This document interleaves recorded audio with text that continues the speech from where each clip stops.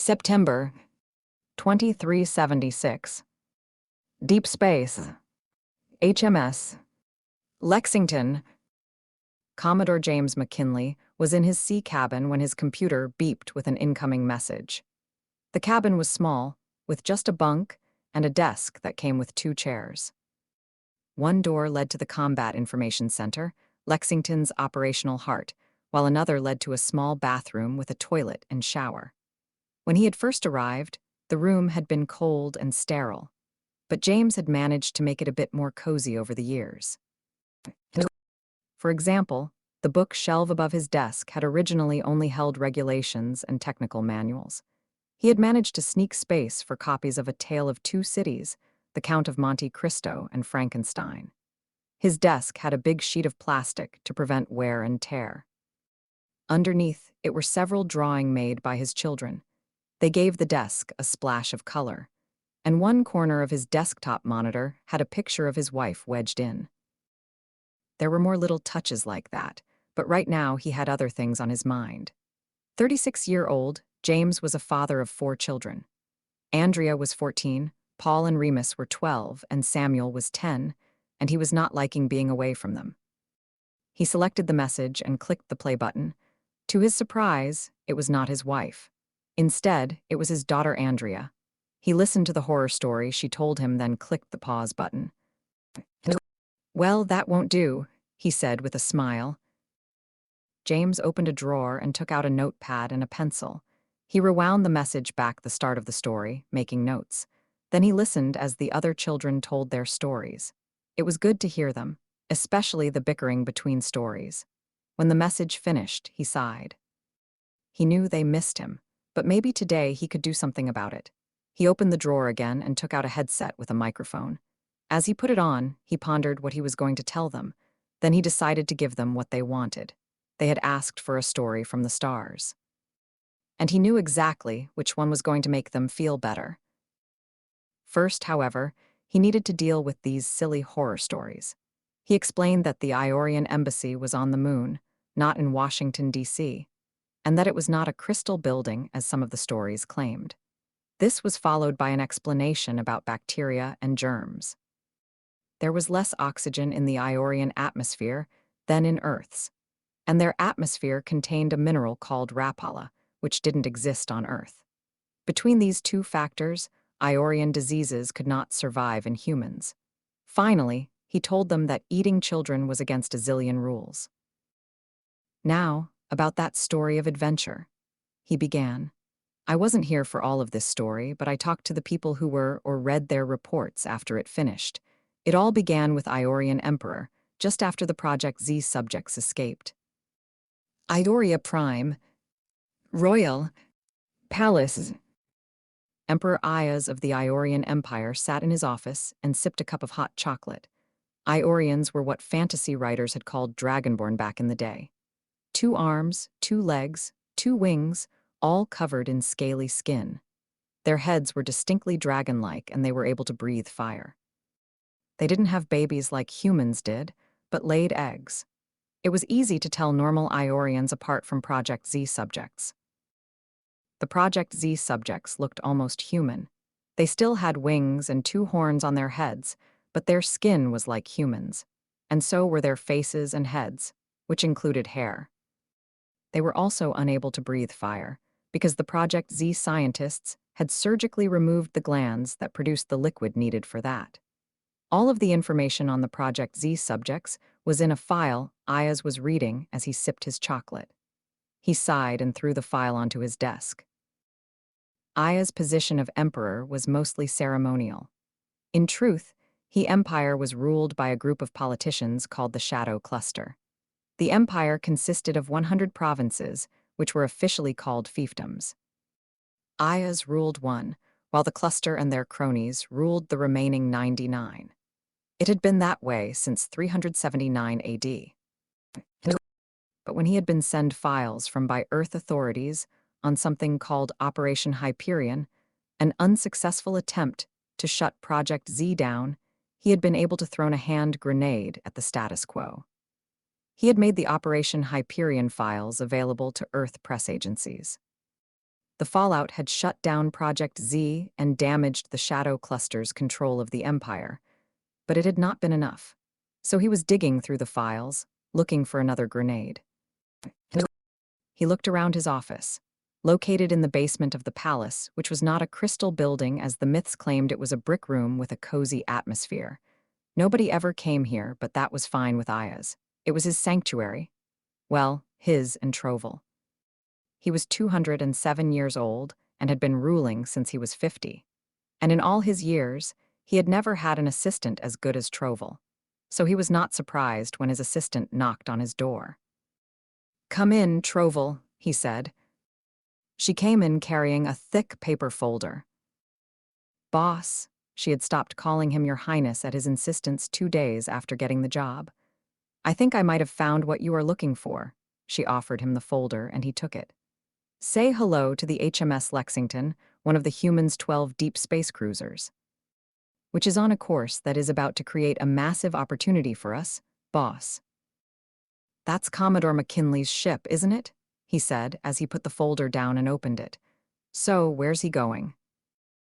"I should have known you'd know his name, and he's taking supplies to Outpost Gamma 7, but he's passing close to Sarah Prime, sir."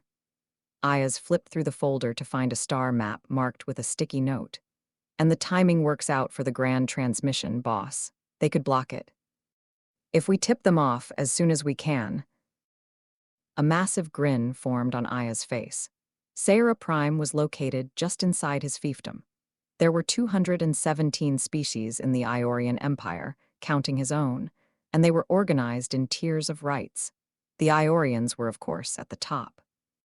As for the Saarans, they were at the top of the food chain amongst the slaves that kept the empire running. They were basically octopuses that swam through air instead of water. There were only a few hundred of them left on their homeworld. All of the others had been scattered across the empire. The reason the empire had been able to do this was the grand transmission. Because the Saarans lacked vocal cords, they communicated telepathically. It rendered them susceptible to music in a way that other species weren't. Basically, it meant that music could brainwash them. So that was exactly what the Shadow Cluster had done. They had written a piece of music that made the Saarans accept their status as slaves. Every 500 years, they transmitted it to Sarah Prime from the Iorian colony world Magellan 3. The telepathic network then carried it across the rest of the Saaran population.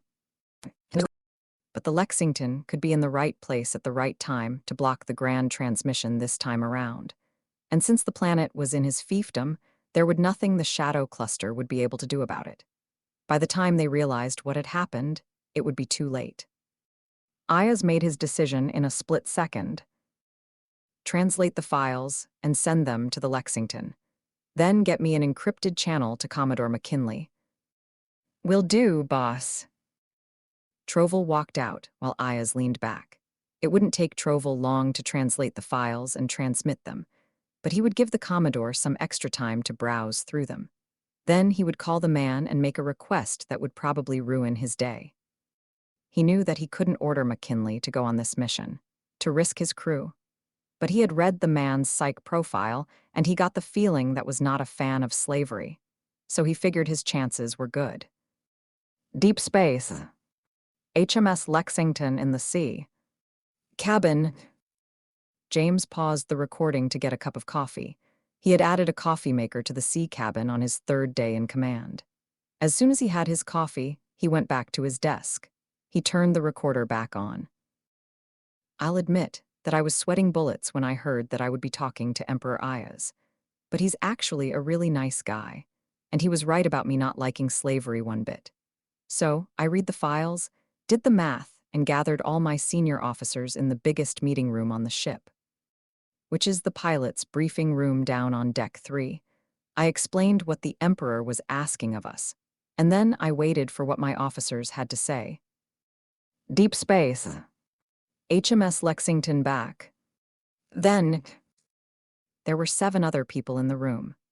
Captain Marcia Anders was the XO, Commander Paul Garrett IV was the Chief Engineer, and Lieutenants Daniel Kim and Warrant Officer Samantha Jones were the communications experts. Next came Major Orville DeSalle, who was the chief weapons officer. Finally, Dr. Tyler Wallace was the chief surgeon and Warrant Officer Maria Jones was the ranking nurse. All were silent. Then Garrett broke the silence. "Okay, we can't just sit on our asses and let this happen, mate." Garrett was from Australia, which was clear from his accent. "We all know that the British Empire did a lot of nasty stuff over the years. We still have a lot of making up to do. I say this a good score on the Good Deed Index." "I'm with him," Kim said. "Anybody disagree?" James asked, getting only silence in reply. "Okay, I'll take that as a no then," he turned to Garrett. "Commander Garrett, how do we pull this off without starting an interstellar incident?" "I can have several jammer satellites ready by the time we get there.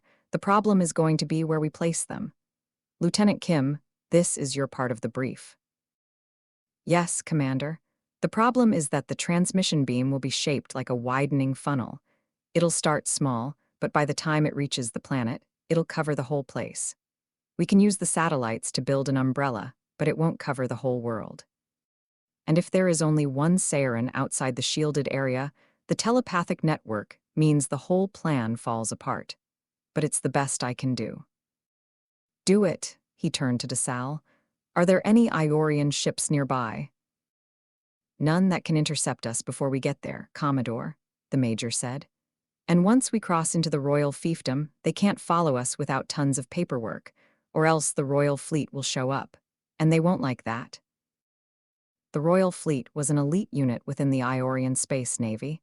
They were feared throughout the Empire and even by their arch-nemesis, the Dragon Federation. Nobody picked a fight with them if they didn't have to.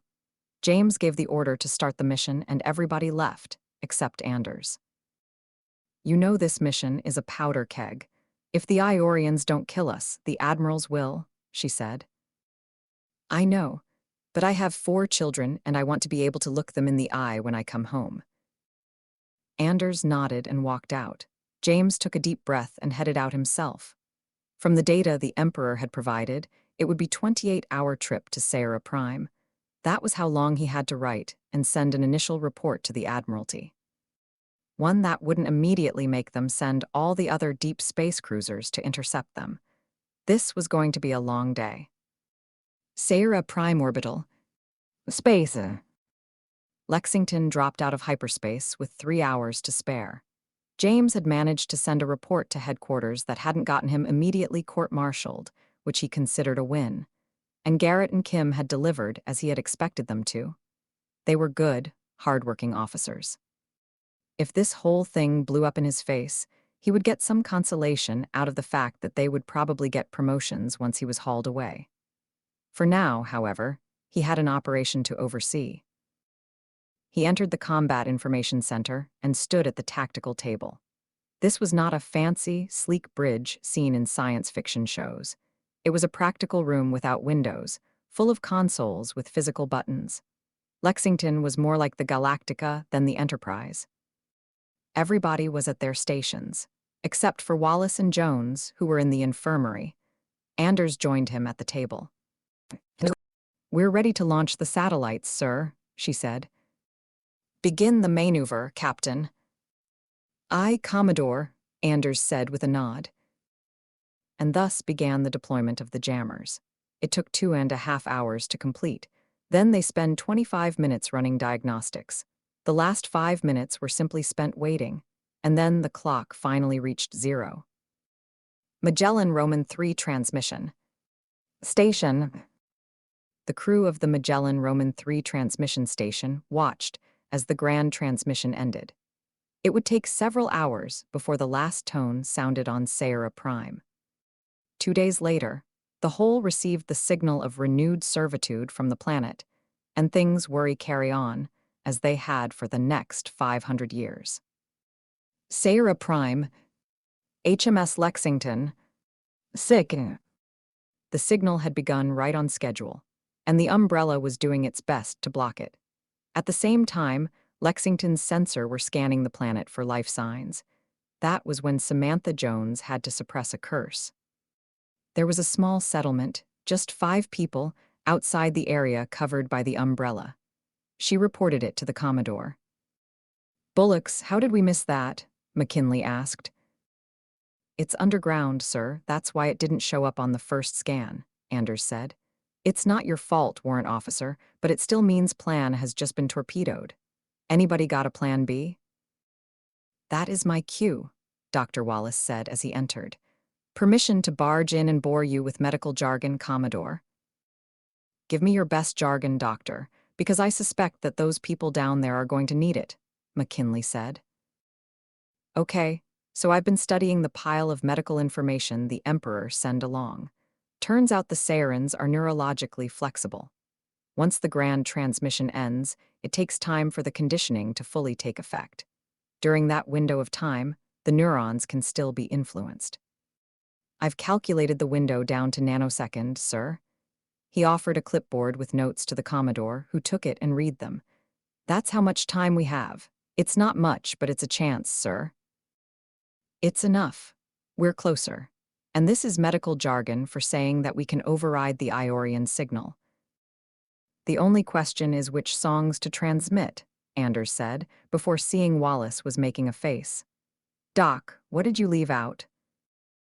Yeah, the neurological files say that the reaction is stronger if the vocal part of the song is live, instead of pre-recorded. So, Plan B basically boils down to singing karaoke really loud, McKinley said. Well, I've heard much worse battle plans. Trust me, you do not want to hear about the Alpha Gamma 2 campaign. The guy running it was an utter idiot. Compared to that, this whole plan is pure genius. He handed the clipboard to Anders. We have 3 hours until the Iorian transmission finishes. Find me some songs, Captain. That's an order. Aye, sir. It's not even the weirdest order I've ever been giving. Hell, it's probably not even the weirdest orders you ever gave here. Remember that time we had to catch those crocodile-like things on Alpha 7? Moans rippled through the CIC as everybody in the room remembered that particular mission. It had been a disaster. Deep space. HMS Lexington in the sea. Cabin. If you want me to, I'll tell you about that mission next month, James said, before pausing the recorder again. He had finished his cup of coffee. It was this point that somebody knocked on the door of the cabin. He gave the order to come in, and it opened. Commander Garrett entered with a thick folder under his arm. He noticed the recorder on his desk and smiled. Recording a message for home, sir. Yes, he pointed to the folder Garrett was carrying. What do you have for me, Commander? Scow number 17 has finally docked at Outpost 12, Garrett began. We are now officially cleared to start our trip back to Earth, Commodore, he offered James the folder. Here's the final paperwork, sir. James took the folder and put it on his desk. He would read it later. Much, much later. If we jump now, we can be back in Earth space in a couple of days, sir. Good, go back to CIC and tell her to execute the jump. Then come back here. I'll need you for this part of the story. Sir, Garrett frowned as her asked the question. Then he realized what James was doing with the recorder. Aye, sir. Garrett left the room, and there was a pause. Then James felt the familiar shift of the Lexington going to faster-than-light speeds. As soon as the rumble of acceleration stopped, Garrett returned to the room. In the meantime, James had gotten 2 cups of coffee. Then he had sat back down behind his desk. Garrett sat down in the chair meant for visitors. Then he pressed the record button. Hello, kids, it's Uncle Paul. He had met McKinley's children several times, and they had really gotten along. Your dad asked me to help with the next part of the story, so where were we? Aunt Marcia had just left CIC to go pick the songs. Right. Aunt Marcia asked me to help, because we didn't want to pick the wrong songs. We wanted to rescue the Seirin from slavery, not start a civil war in the Iorian Empire. And Earth has made a lot of music over the years, so Marcia asked me to help. Saira Prime, HMS Lexington, sick. Picking the right songs hadn't been easy, but Garrett and Anders figured that they had managed to pull it off. There were 3 songs, with the right length and the right lyrics. The equipment was set up. Several microphones connected straight to the ship's transceiver. Lexington was also positioned right above the largest settlement on the planet. On the main sensor display, a clock was ticking down to the end of the transmission. Finally, the clock hit 0. James nodded, and Samantha Jones flicked several switches before nodding. The first song was Dolly Parton's 9 to 5. It was a fitting song about bosses using their employees and not giving them their dues. The transmission reached the planet, where a network of speakers that the Iorians had installed blasted it through the settlement. Ayaz had been smart enough to give them the access codes, just in case. Next came John Denver and Country Roads. Hopefully, this song would encourage the Saiyans to return to their homeworld. Finally, they had needed a song that kept whatever happened next from becoming a bloody, violent mess. And that was how Bob Marley's I Shot the Sheriff had ended up on the list, because the main character in that song had only killed his nemesis in self-defense. It wasn't perfect, but it was the best they could do. When that song finished, the window closed. So Warrant Officer Jones disengaged the transceiver. James ordered Anders to begin the cleanup. They needed to recover the satellites and get out of here before the shadow cluster caught on and send a warship to intercept them. Anders started giving orders as James entered his sea cabin. He had a report to write, and it had better be a good one. Or the Admiralty would have all their hides, but if he could spin this the right way, maybe he could sell this as interstellar diplomacy/corporation. After all, it had been the Emperor himself who had asked them to do this. Deep space. HMS Lexington in the sea. Cabin. The admirals were really angry, James said, which is why we have spent the last couple of months escorting garbage scows. The good news is that we just ended that assignment and are now our way back to Earth for resupply. We'll be back in a couple of days. Who knows? Maybe we'll get back before this message reaches you, Garrett said. But for now, I think your dad should tell you about the fallout. Right, because we were off escorting garbage scows, James said as Garrett left the sea cabin. We weren't caught in what happened next, but Mr. Trovell told me all about it later. He and the Emperor were in the basement office. Idoria Prime. Royal. Palace. Ayaz was in his office, reading The Count of Monte Cristo, when Trovell entered. He had heard that the novel was an Earth classic and one of Commodore McKinley's favorites. He was reading it to gain some insight, but it was also a really good story. Then Trovell coughed and he looked up. Yes, Trovell, he asked. It's begun, boss. You might want to turn on the news feeds.